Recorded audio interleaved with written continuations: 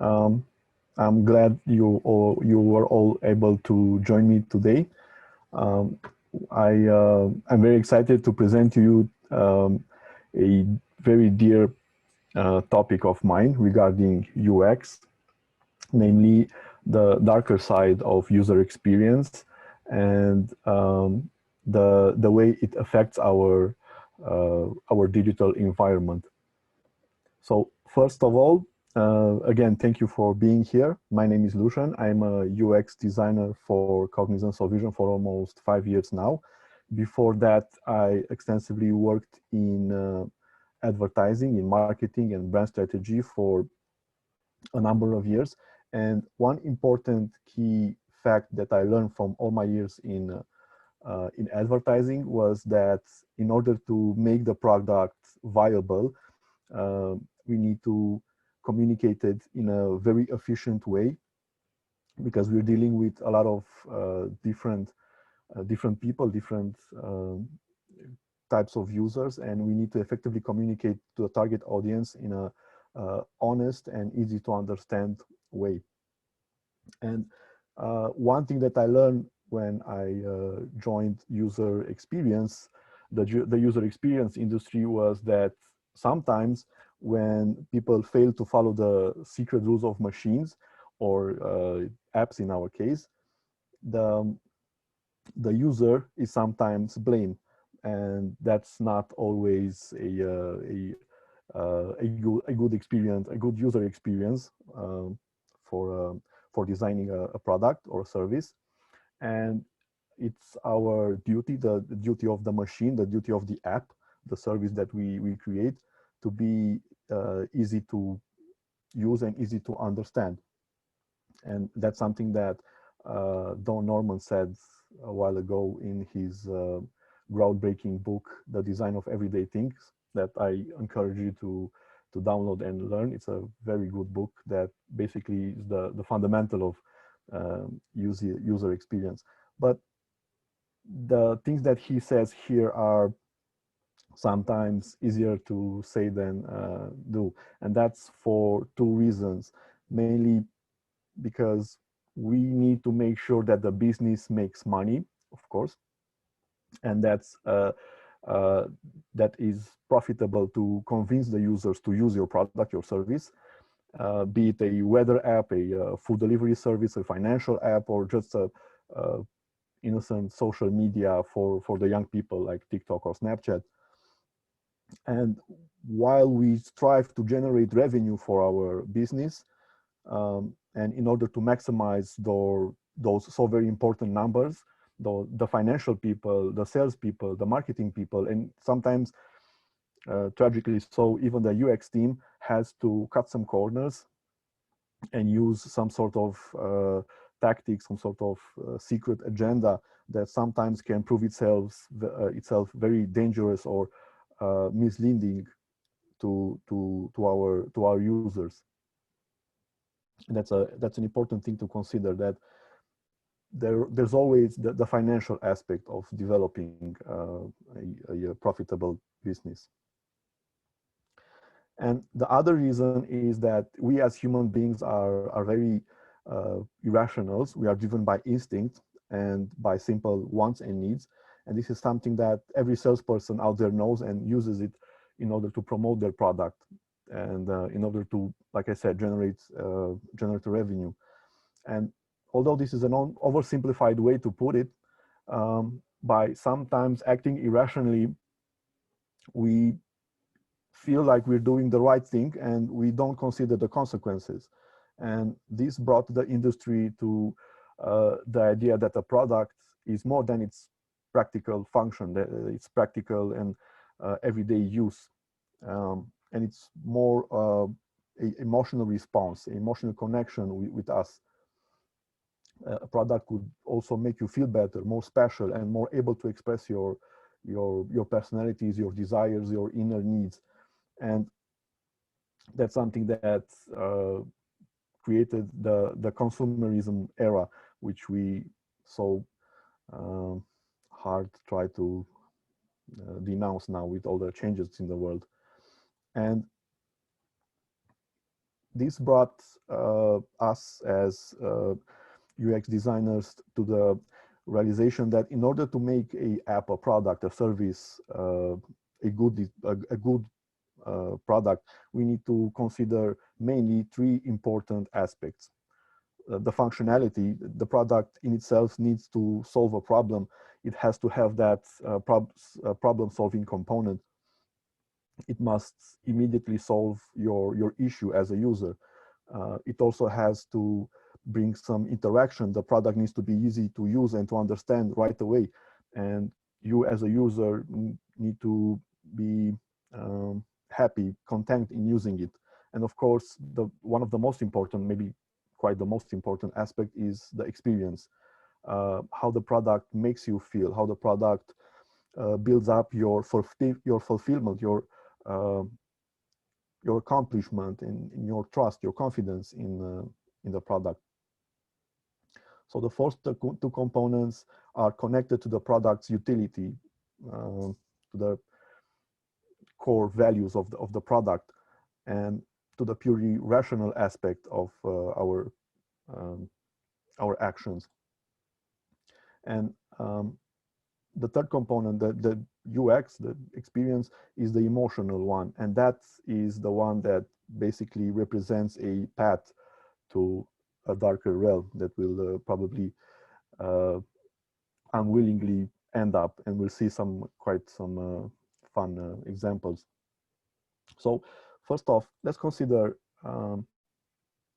this, for example. If I need to use a certain website, a certain app, it's the first time I enter the website, for example, and the UX, the user experience, is straightforward with easy to understand actions and explanations. I get what I want, I solve my problem right away. It's not a frustrating experience. It doesn't take me a lot of time to understand what I need to solve, what every form and every button does. It's a fulfilling experience for me. It's a happy experience. And in simpler terms, you could call it a happy experience straight away, just for the fact that it gets the problem done. But, or better said, or if I end up on a site that has certain elements, both visually and written, copywriting triggers, for example, that play with my emotional responses, like we have here, images of happy and handsome people, words like cool, coolest, that trigger my instinct, that instinct of wanting to be similar with the people I see here, just wanting to be part of them, recognizing some traits in them, and just overall triggering my emotional response, my desires to be part of their also awesome world. Is that a happy experience? Is that something that I truly desire, just because I let myself be for a couple of seconds irrational and buy that cool sweater or that 100 pair of jeans that I probably wouldn't need, but it's on sale, so why not take it? So we need to consider the aspects here. Is this marketing manipulation, or is this a happy experience for me? So we need to ask ourselves where the lines are between honest advertising and manipulation marketing. So between the two websites that we just discussed about, the easy one and the one with the social proofing, with the happy people and the product details maybe not so visible, hidden in a way. What is the one that has the best interest in heart for me, the user? And here we need to have an honest talk with the marketing team and just reach a common ground. And that's why, unfortunately, we have what us in the user experience industry call dark patterns. And you could argue that there are a lot of ways we can somehow direct, guide, handhold the user's hand. But be aware that things that we do in this regard can be interpreted as suspicious by some of our users.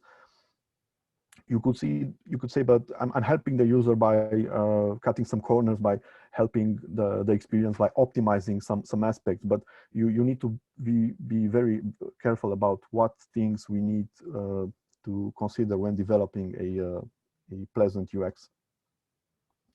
So the dark pattern definition is something that was put forward by Harry Brigner in the 2010s. I believe it was just at the start of 2012. And he basically says that a dark pattern is a user interface that has been carefully crafted to trick users in some way into doing things such as buying an insurance with their purchase or signing up for a recurring bill. And more generally speaking, a dark pattern uses a established UI pattern, a UI solution in a exploiting and deceiving manner to trick users, straightforwardly said, trick users, or force them into do something that they don't really want or don't really accept.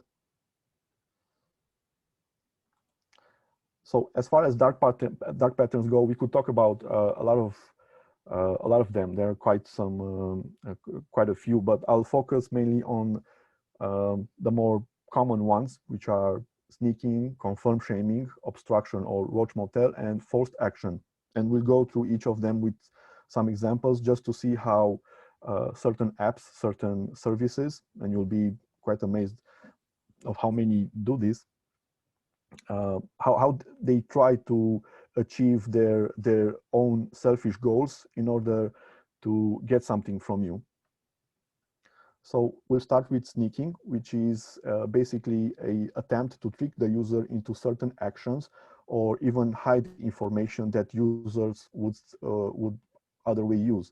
Unless you carefully go through all of the information before completing, for instance, an install or an online purchase, you may well end up with buying something that you didn't agree to.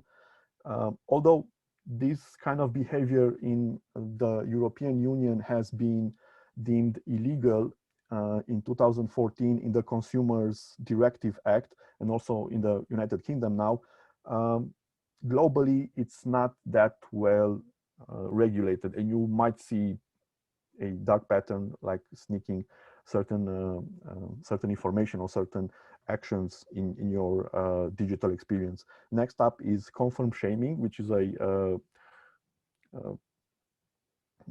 confirmation and shaming, basically shaming you into confirming something. And here I want to add that shame as an emotion is a tricky and very powerful feeling, emotion, and one that's fairly hard to manage as human beings, and especially in our society. It weighs down on us, and we try to get rid of it as quickly as possible. And salespeople, marketing people know this, and they throw the shame on you, basically making you do a certain action right away because you don't want to feel the emotion, the shame, too many moments. Next up is obstruction, or popularly said, the Roach motel, meaning that the companies basically are trapping you into doing something, and I'm going to say holding you against your will inside a billing cycle. They make it difficult for you to unsubscribe. They make it difficult for you to cancel or give up a certain subscription to their service. Or better yet, they straightforward hide that unsubscribe button through certain hoops that you need to go through in order to get rid of their product or their service. And forced action is basically what it says. It forces you to do something that you're not quite very comfortable or certain of. And they try to use this, well, some of the apps try to use this, especially when you're already focused on completing something else, and they know that you're about to make a big purchase, you're about to finalize a lengthy form, and just at the end, they drop something on you, forcing you to either carefully click it and click accept, or it's a take it or leave it kind of trade where you either accept or you just give up the entire process. So you could be completing a 5 or 10 minute form process, and then at the end they'll say, okay, in order to finalize this lengthy process, you either click accept or that's it, you go back to zero. So this again is a dark pattern that some of the apps use in our disadvantage. Before we go into the examples, I want to show you something that's a clear and maybe a very hilarious dark pattern. So if you wanted up until 2014, when this this explicit dark pattern was deemed illegal in the European Union, upon 2014, once you bought a ticket through Ryanair, you had the option to add a insurance to that particular ticket. And if you didn't want to add an extra fee, basically a extra fee for your ticket that they called an insurance, you had to go into the country selection drop down, go down to Denmark and click don't insure me. And if you think that this is something that they did for just a short amount of time, I want you to consider that this screenshot is from 2002, and they had it back then, but it was formulated in a different manner. So it's not a bug. It's not something that just slipped. It's a constant implementation of a dark pattern in order to benefit them and not you. So you can see here that they basically force buy travel insurance, and if not, then you have to go through this hoop, click the drop down, search for no travel insurance all the way down here in the drop down, and okay, we'll cancel the insurance, which is not quite a pleasant experience, not quite something that you're expecting to see from Ryanair. So after the law was passed for deeming the sneaking dark pattern illegal, apps started to use different approaches in order to maybe not force you to buy unwanted products, but accept different settings that you're not quite comfortable with giving away, privacy settings. So UX researchers found out that people rarely, or if at all, view their privacy settings, don't know or are not aware of the safety measures that apps are obligated to have. And because of this, some apps use a dark pattern in order to get away with using your privacy. So many services that collect and process our personal data provide users with privacy settings, and these settings are presented in different ways, and you might end up with different cases where you didn't quite willingly accepted those privacy settings being used by an app. So here we see that last year, this is an example from last year for YouTube, where they started doing some UI changes to their homepage, and this is from a community thread in YouTube, where a particular user was complaining that all of a sudden the UI changed and he's not familiar with it and he has some issues with that. And very frankly and candidly, one of the employees at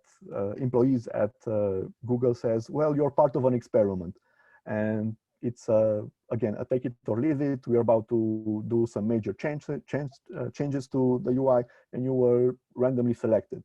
And this kind of raises some questions for everyone else. Well, if they experimented with something pretty innocent like changing some icons and increasing the size of some thumbnails, what other experiments are they considering, or what other experiments there were, and I wasn't informed by? Are we just lab mice that go through certain hoops because they need to update a UI or things like that? So A/B testing is of course something familiar to the UX designers, but in certain ways you should be aware of that. So like I said, certain apps have a take it or leave it trade when it comes to privacy settings.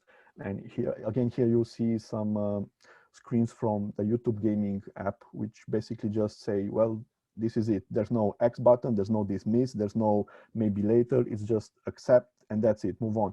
And if you dig in, if you start documenting yourself, doing some research, you see that there are some pretty suspicious requirements that they have from you. For example, things like your contacts, your messages, your camera, your microphone, and you're kind of wondering, why does YouTube gaming wants to know my location, or why do they need access to my media files? And again, something that Facebook does, and it's pretty suspicious.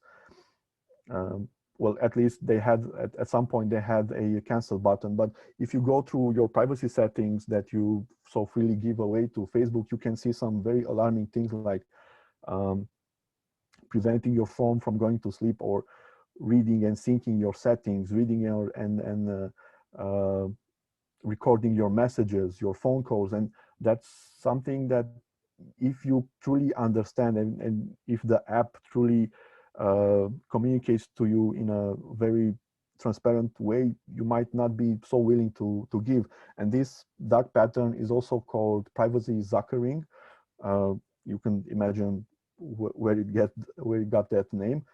And it's also a form of suckering, because it's a play on words on zuckering and suckering. So you should be aware of the privacy settings of your phone, the privacy settings of your apps, the things that you're so willing and so freely give away.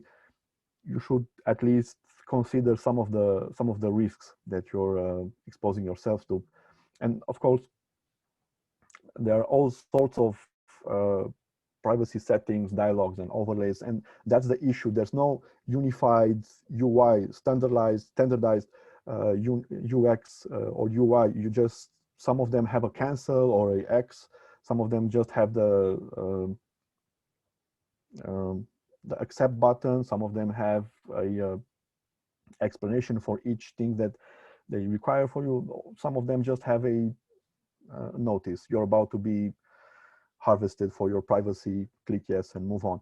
And that's not something that you probably would willingly accept, because, and they kind of play with this aspect, because they load you, they give the cognitive load to users to figure out what risks am I taking here if I click accept, but they don't communicate that so freely. So that's an issue.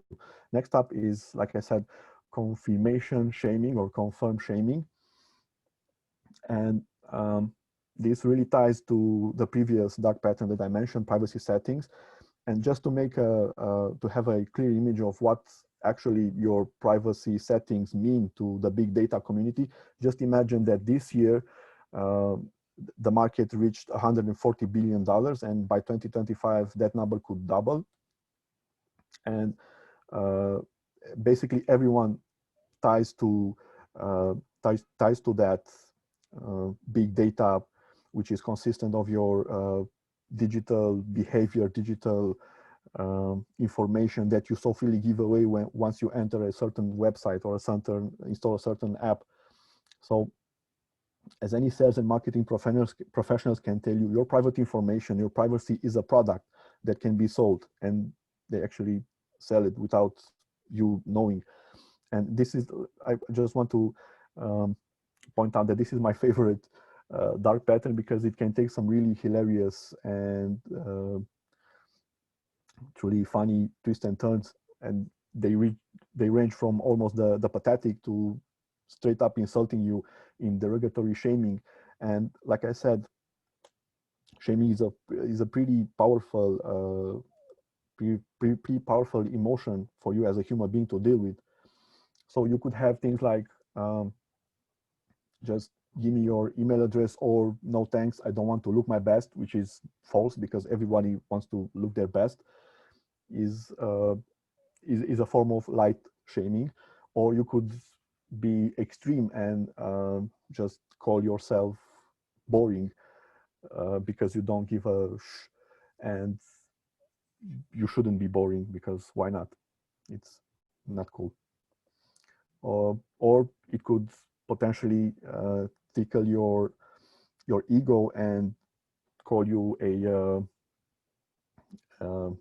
useless user that doesn't want to make money, who doesn't want to make money. So that's another form of shaming, and they range from simple things like no, I don't want to, or they can be brutal and take different aspects.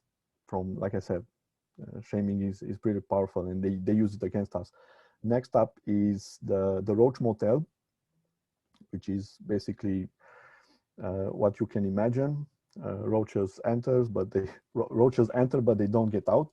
So, for example, consider this: if you're starting a free trial,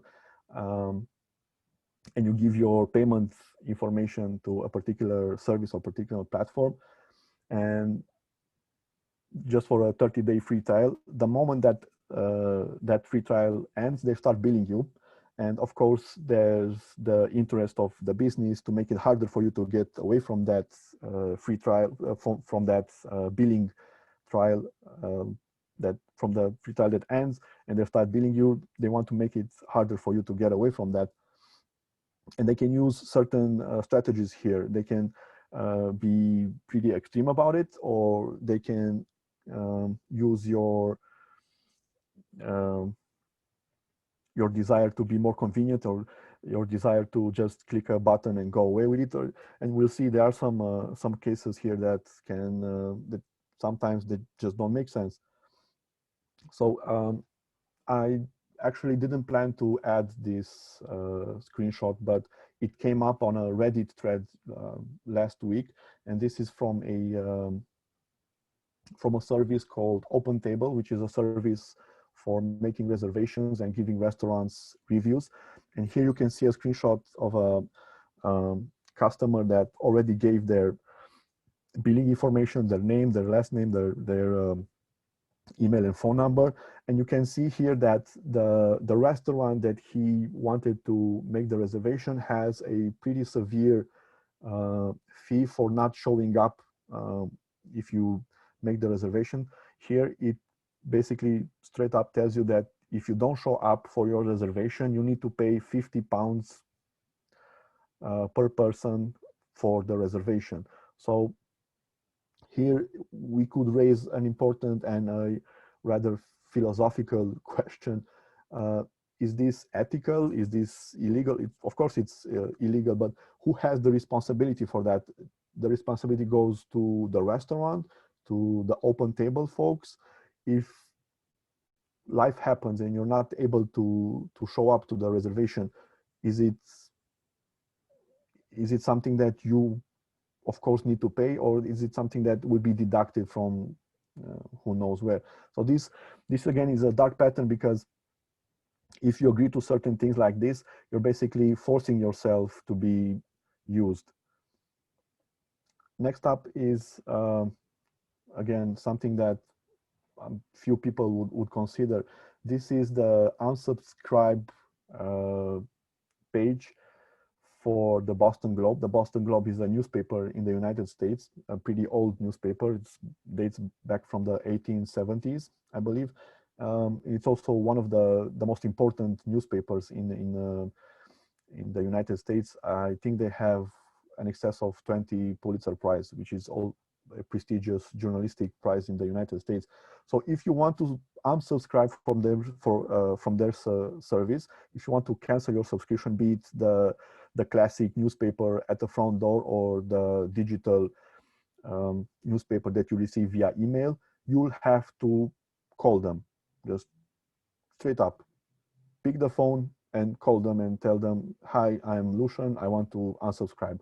And of course, it won't be something simpler as just being unsubscribed, because the other person on the other side of the phone, on the other line, will say, well, why do you want to unsubscribe? They'll probably have some shaming,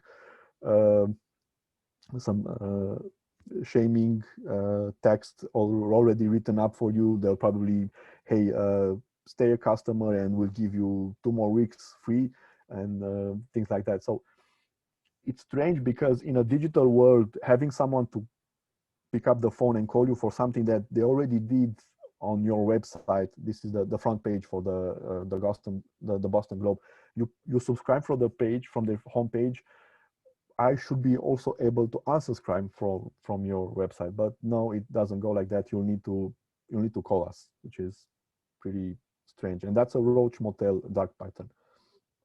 And you would think, but that's something singular, but no, this is actually another newspaper, the New York Times, and they also have the same UX. You need to call them in order to cancel your subscription.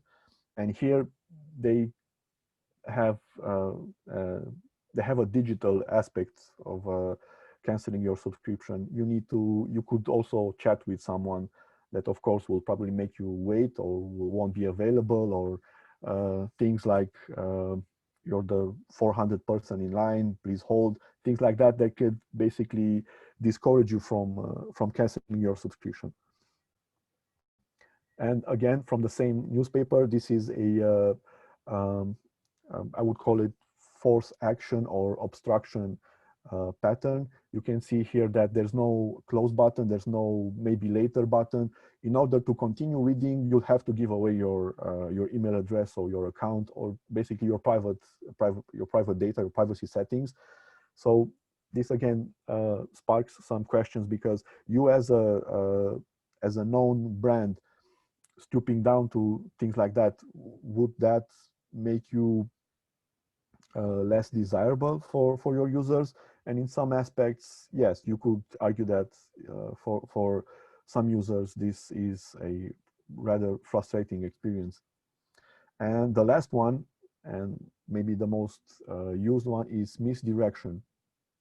Basically, what misdirection means is that we focus your attention on one thing in order to distract you from another.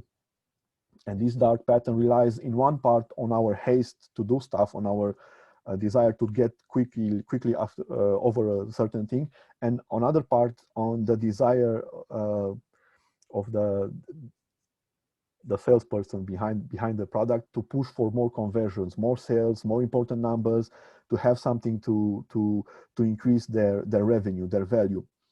And that push will lead to, in certain cases, to other things, like we're about to see, to darker things. And another dark pattern here that is used in conjunction with misdirection is social proofing, which can be a positive thing if it holds true, if it's a real thing, but if used too many times and in a suspicious manner, could lead to all sorts of problems. So for example, here you have a list of radio buttons that you see once you check out from a Amazon shopping flow. And at the end, when you're about to choose the delivery method, the first thing you see is free 2-day shipping, but with a Prime student subscription. Of course, it's just a 30-day free trial, and after that we'll start billing you. And it's quite hilarious, because clicking that radio button and saying checkout or finalize my order basically represents that accept payment, accept privacy settings, accept everything just by a simple click. So they make it very easy for them and less easy for you. And of course, this has a darker side because it's a dark pattern. There are a lot of people who just wake up with a bill from Amazon saying that your bill for the Amazon Prime or Student Prime has been issued, you need to pay it. And that's something that you can't argue with because you already clicked, but they made it so easy for them that it basically is a problem for you. And they have, you just Google it, and there are a lot of people that, a lot of disgruntled users, frustrated users that just saw the bill. And another example here is, and this is quite sneaky, once you finalize a order, you're used to seeing that checkbox for subscribe to newsletters or subscribe to different offers being unchecked. And if you check it, of course, you'll be part of a list that has regular emails and newsletters and so on. But here, you need to check it in order to be unsubscribed from a marketing list. So that's another way of getting away with something that they basically, again, they make it easy for themselves, not for you. And like I said, mentioning social proofing is something that a lot of brands do, but it can backfire a lot. And I'm mentioning this dark pattern because it also, like I said, it also ties to misdirection. And Amazon is a prime example for fake reviews. And the people, the users, the companies that create the fake reviews are getting smarter and smarter, to the point that they also pay people to create fake reviews. And again, you're placed in a cognitive load mode in order to differentiate what's true and what's not true, what's fake out there, especially when it comes to reviews. But to summarize, what are the things that we can do as users to first view these patterns, and what are the things that we can do as designers to not get stuck, to not get caught in the dark pattern UX. So first off, and this is the most important one, you need to be honest and transparent with the information you have and the information you store for the privacy of your users. And you need to show that you have your users' best interest at heart, and you need to make sure that every aspect of your site, your platform is easy to use and is straightforward for everyone. Next is just trying to be good, to be better. The best way to sell something good is to strive to be the best option out there and to be the best one to communicate it. Learn from what others did bad and what others did good, and don't chase the quick rise in conversions, the quick rise in revenue. Be wise in that regard, and try to consider all the aspects. And also consider that user experience is about cooperation and responsibility, and it's more than personas and interface. A pleasant and good interface, it's about responsibility between you as a UX designer, between the product owner, the stakeholder, the marketing team, and of course the user, because we see that more and more we as UX experience designers shape a digital world that also shapes a digital individual self, which is the user. And we are part of a very dynamic world, and things could change very fast in a digital environment, and we need to consider that, and we need to act responsibly with every aspect.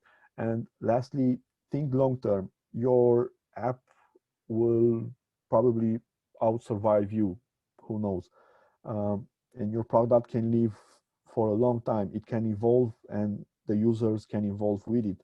Don't strive for the early gains that you will lose in tenfold in the future, like we saw with all the legal issues that Amazon has and so on.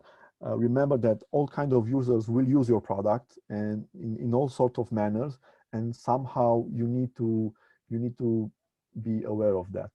So lastly, here's a list of resources that I used in my research. I carefully picked out most of the most important information that can teach you to avoid or better use UX in favor of for your users. Hopefully, we'll be able to share this with everyone. strongly recommend at least reading half of them and being aware of what privacy settings and privacy dark patterns can do to uh, both to you and to your product, to your app. Right. Thank you very much. It was quite a pleasant experience for me, and hopefully I'll be able to join you next year with more key uh, key information about UX. So thank you very much, guys, and enjoy the rest of the talks. Thank you. Bye.